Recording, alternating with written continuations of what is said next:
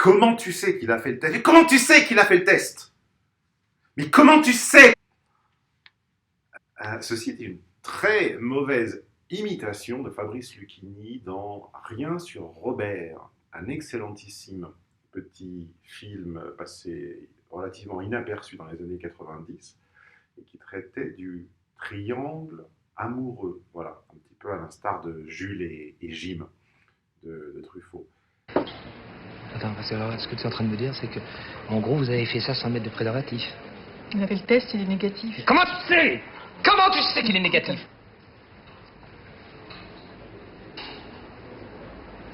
Fabrice, donc dans le film, était tyrannisé par Sandrine Kiberlin, qui le faisait tourner en bourrique, soufflait le chaud et le froid, le prenait, le quittait, le laissait, disait exactement le contraire de sa pensée, ne faisait pas ce qu'elle dit, disait pas ce qu'elle fait, faisait pas ce qu'elle pense, pensait pas ce qu'elle fait. Ça tombe bien, le sujet du jour, ça va être le comportement des gens, et plus précisément, quand on a plein d'explications possibles au comportement de quelqu'un qui nous déplaît, qui nous a fait souffrir ou qui continue de nous faire souffrir, eh bien, comment on choisit, hein? À la fin, vous aurez 10, 12, 15 explications possibles au comportement de quelqu'un. Mais c'est laquelle la bonne? C'est laquelle la vraie? Comment on fait pour choisir? Qui a raison?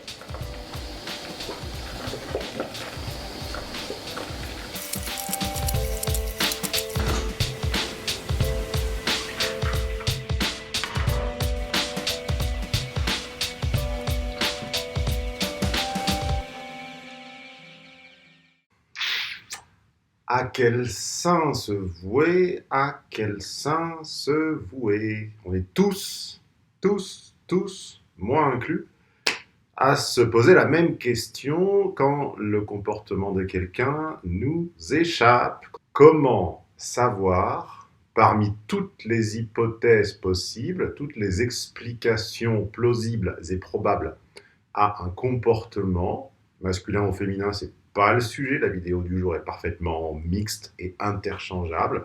Comment savoir donc parmi toutes les hypothèses possibles derrière un comportement, laquelle est la bonne? Qui le sait? Est-ce que ce sont vos proches qui ont plus raison que les autres parce qu'ils vous connaîtraient mieux? Est-ce que ce sont les plus anciens de votre entourage parce qu'ils auraient l'expérience? Est-ce que ce seraient vos parents parce qu'ils connaîtraient tout votre parcours, donc psychologiquement ils auraient une espèce de CV plus précis? Est-ce que ce serait les professionnels parce que simplement vous les payez, donc leur avis tout à coup gagnerait ses galons en matière d'autorité ou de pertinence? Ben, la réponse va peut-être vous surprendre encore plus que la précédente. J'ai fait ceci est la seconde de cette série de vidéos très simples à destination des couples, sans jargonnage et sans concept. La première n'était pas très surprenante, celle-ci j'imagine va vous surprendre plus. Si vous aviez loupé la première, elle se situe comme d'habitude dans le coin supérieur droit de l'écran. Avant cela, juste une petite chose, pour vous aider au mieux à passer ce moment, et plus qu'à le passer, parce que à y survivre, je ne peux pas faire grand-chose pour vous, je m'occupe déjà de moi, mais par contre, pour vous aider à le mettre à profit, c'est-à-dire à utiliser ce temps libre qui vous est tombé dessus par surprise pour potasser, pour réviser, pour en sortir meilleur, cette semaine, c'est-à-dire jusqu'au lundi de Pâques à minuit, pour les nouveaux abonnés VIP, les 2 premières mensualités sont à tarif cassé. C'est-à-dire que pour la première fois, je crois, depuis l'invention du pack VIP il y a 4 ou 5 ans, les 2 premières mensualités passent en dessous de la barre des 100 €, c'est-à-dire 97 € au lieu des 137 habituels et 137 au lieu des 197 pour ceux qui choisissent la version VIP intégrale. Information, détail de tout cela, de toute l'offre, c'est très très simple, c'est sur ninfluence.com/VIP, le lien est ci-dessous, jusqu'au lundi de Pâques à minuit.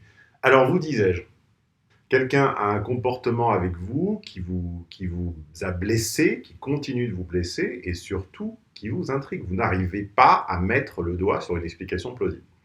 Je vous ai déjà appris, peut-être qu'on y reviendra, mais je vous le rappelle, que l'hypothèse la plus facile, la pente la plus naturelle, dont vous devez vous garder, parce que c'est jamais la bonne solution, c'est de vous dire il est fou, c'est un psychopathe, elle est folle, c'est une psy... Non, non, les gens ne sont pas fous, ils sont parfaitement rationnels, ils savent parfaitement maximiser la poursuite de leurs intérêts, c'est à vous de comprendre en quoi consiste cette poursuite et où leurs intérêts résident. Donc déjà, l'hypothèse de ça serait un dingo, un psychopathe, vous l'oubliez. Ça, on l'a déjà dit, ça fait 15 ans que je le répète.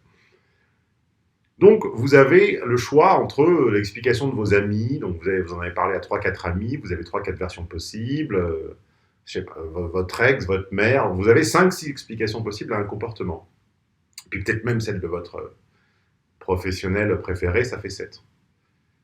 La vraie, la bonne, la juste, va répondre à plusieurs critères d'importance plus ou moins prépondérante, mais dont le plus important est celui-ci. Déjà, la bonne, elle s'applique à toute l'histoire, pas à un moment. Hein. Quand on postule que le comportement de quelqu'un s'explique par le secret, par la feuille de route, par le faible niveau d'intérêt, ou parce qu'il aurait appris telle information dont vous n'auriez pas eu vent, déjà, ça ne peut fonctionner que si ça explique toute l'histoire depuis le début. Si ça n'explique qu'1 ou 2 mois sur 12, par exemple, c'est probablement pas la bonne explication. Il faut autre chose. Parmi vos 4, 5, 6, 7 explications, il y en a probablement la moitié, on va dire 2 ou 3 dans le meilleur des cas, disons 3, soyons généreux, qui répondent au premier critère, c'est-à-dire qui expliquent tout depuis le début. Sur ces 3, il y en a probablement 2, statistiquement, qui vont bien matcher, c'est-à-dire qui vont coulisser, qui vont bien s'emboîter dans les différents épisodes, que ce soit des crises, des discussions, des disputes, des gestes, des affronts, des mensonges. Et ils vont les éclairer, c'est-à-dire que vous allez prendre les 3-4 dernières disputes, les 3-4 derniers mensonges, les 3-4 dernières confrontations que vous avez eues avec la personne, et les hypothèses qui marchent, elles vont, un petit peu comme un collier de perles, lier le collier et elles vont éclairer, elles vont être cohérentes avec ces 3-4 événements. Vous allez me dire, bah oui, mais c'est bien gentil, mais il en reste quand même 3 ou 4. C'est laquelle la bonne? Comment tu fais, toi, par exemple, pour convaincre tes clients d'études de cas, hein, les études de cas, ce sont ces conversations téléphoniques avec des clients qui sont en train de souffrir d'un dilemme relationnel, et je tente de les éclairer au mieux. Encore une fois, si vous découvrez ma chaîne, les études de cas, je vous les link ci-dessous, et la playlist, je vous la mets en surimpression dans le coin de l'écran. Ben, c'est pas moi qui décide de la bonne. La bonne, c'est quand vous, c'est-à-dire l'acteur de la situation, l'hypothèse non seulement explique ce dont vous vous souvenez, mais qu'elle explique ce dont vous ne vous souvenez pas. Et je l'ai vécu très récemment, puisque manquant de recul sur une histoire terminée récemment, j'ai fait appel à un professionnel. Bah oui, les professionnels ne sont pas omniscients, ne parviennent pas non plus à s'extraire de la situation comme une espèce de drone qui les survolerait à plusieurs centaines de mètres et afin de leur permettre de reconstituer un petit peu comme ça le panorama, le sociogramme des relations, c'est impossible. Il y a des choses qu'on ne peut pas à la fois formuler et admettre. Donc un tiers, que j'ai d'ailleurs rémunéré pour ça, m'a formulé une hypothèse. Et comment j'ai su que c'était la bonne? Non seulement parce qu'elle éclairait les moments d'ombre, mais parce que en la ruminant, comme dirait Nietzsche, en la laissant fermenter, eh bien, elle a remis au jour des détails auxquels je n'avais absolument pas donné sens. C'est-à-dire qu'ils affleuraient comme ça à la surface entre mon conscient et mon subconscient, mais ces détails n'avaient jamais été interprétés. Je n'y avais absolument pas prêté attention. Vous allez vouloir un exemple. Avec les précautions d'usage, je vais vous le donner cet exemple. Je vais vous dire que c'est totalement personnel, que évidemment ça ne s'applique pas à tout le monde, mais j'avais notamment surestimé, je pense, le niveau d'intérêt de la personne, et le type de détail auquel je n'avais même moi pas prêté attention et qui m'était remonté à travers le prisme de cette explication, c'est que quelqu'un, cette personne qui aimait ou qui était censée aimer mes goûts musicaux, et bien un matin s'est réveillée par exemple et elle a mis ses écouteurs, elle a écouté sa propre musique. Ce sont des signaux extrêmement faibles, on est bien d'accord, et vous allez voir que la bonne explication, c'est celle qui va faire fourmiller votre espace mental de tous ces signaux faibles qui vont tous pointer dans le même sens et que vous aviez tous omis, ignoré ou que vous aviez jugé comme étant secondaire ou inintéressant. C'est un petit peu la différence. Alors c'est une métaphore qui parle, c'est une allégorie qui ne parlera pas forcément à tout le monde, mais regardez ça. Ça là, c'est une petite enceinte amplifiée Bluetooth Bose. C'est formidable, ça marche extrêmement bien, j'en suis ravi, mais j'écoute pas de musique dessus. Ça sert à écouter des podcasts, ça sert à écouter YouTube, ça sert à écouter les informations, sonoriser, je sais pas, quand je regarde un truc de sport ou quoi, mais j'écoute pas de la musique là-dessus, j'écoute de la musique sur un système beaucoup plus ambitieux, compliqué, chiant, encombrant, plein de fils partout. Pourquoi ?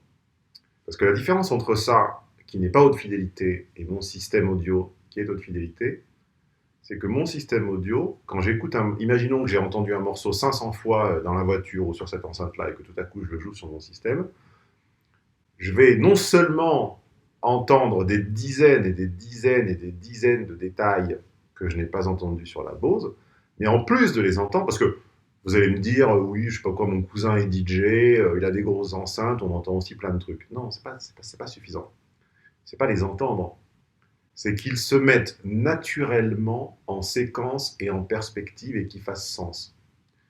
Par exemple, vous allez remarquer que cette espèce de triangle à droite au fond, ou ce percussionniste dont vous trouviez qu'il était totalement superflu et qu'à la limite, votre cerveau interprétait plus comme une gêne, eh bien, vous allez entendre en fait qu'il va jouer le refrain quelques secondes après, mais en fait, vous ne l'aviez jamais perçu.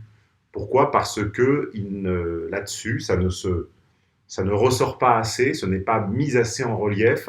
Il manque toutes les micro-informations et tout le legato, c'est-à-dire le lien entre les notes, le fil du collier de perles qui permet de recomposer la musique. Mais quand même, c'est formidable, c'est extrêmement pratique pour écouter tout un tas de choses, sauf de la vraie musique complexe. Eh bien, c'est ça la bonne explication. C'est pas moi qui la connais, j'ai un petit peu plus de chance d'y parvenir et j'y parviendrai sans doute plus vite que vous parce que c'est mon métier, de la même façon que dans votre métier, dans votre domaine de compétences, vous seriez plus brillant, plus incisif, plus assertif que moi. Mais même moi, je ne peux pas décider à votre place de l'explication derrière le comportement de quelqu'un. Je peux vous proposer des hypothèses explicatives, mais au fond du fond, c'est vous qui savez laquelle est la bonne, parce que quand vous les ruminez, quand vous les laissez fermenter, quand vous faites le Rubik's Cube avec, la bonne, c'est celle qui va éclairer d'un jour nouveau et cohérent tous ces micro-événements, ces micro-bouderies, ces micro-signaux faibles, ces micro-réactions physiques instinctives dont vous n'avez pas conscience et auxquelles vous n'aviez jamais prêté attention. Et toutes iront dans le même sens. Quand vous constaterez cet alignement, ça sera que vous avez formulé ou entendu la bonne hypothèse explicative sur le comportement de quelqu'un. Voilà comment on le sait. Si cette petite vidéo vous a appris ne serait-ce qu'une seule information intéressante, c'est le moment de la rétribuer avec un pouce. Si vous vous intéressez au sujet des relations entre les hommes et les femmes, c'est le moment de vous abonner à la chaîne.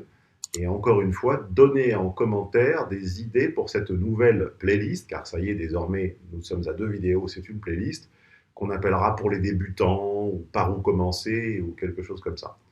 Maintenant, sur l'écran, je vous mets là à gauche le lien de la vidéo par laquelle je vous suggère de poursuivre votre visite de la chaîne.